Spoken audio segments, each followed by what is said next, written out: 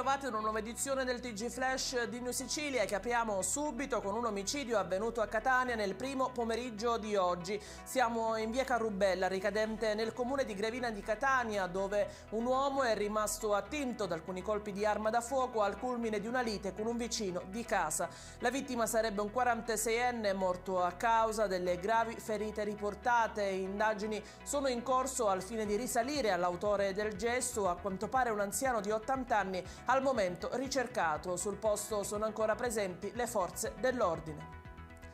Il cadavere dell'ultimo immigrato ripescato fra Cala Pulcino e Capa Oponente è giunto alla camera mortuaria del cimitero di Cala Pisani a Lampedusa. I poliziotti della scientifica e il medico legale, come sempre avviene nel caso di recupero di salme, hanno già iniziato ad effettuare accertamenti e verifiche. Nel piccolo stanzino usato come camera mortuaria le bare, in totale 11, sono sistemate alla meno peggio. Alcune, per mancanza di spazio, sono ampie per terra. Non c'è una cella frigorifera e anche la gestione delle salme, tutte in attesa di essere dissequestrate dalla Procura di Agrigento, sta diventando assai complicata.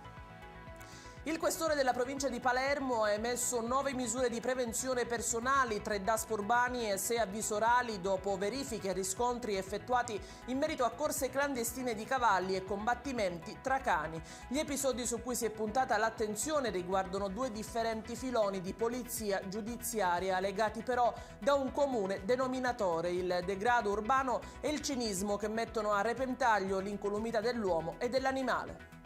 E in chiusura il Covid. In Sicilia si registra oggi un incremento di 789 attuali positivi. I nuovi casi in totale sono 1562, una la vittima. I dimessi guariti sono 772. Palermo e Catania ancora in testa per contagi.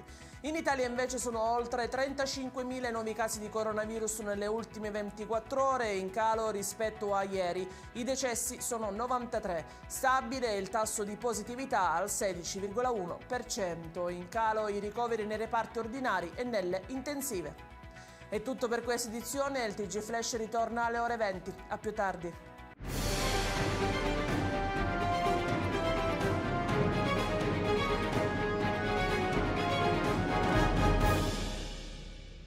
Procar, centro assistenza autorizzato BMW e Mini, adesso anche BMW Motorrad, via George Marshall 7, Mister Bianco, Catania.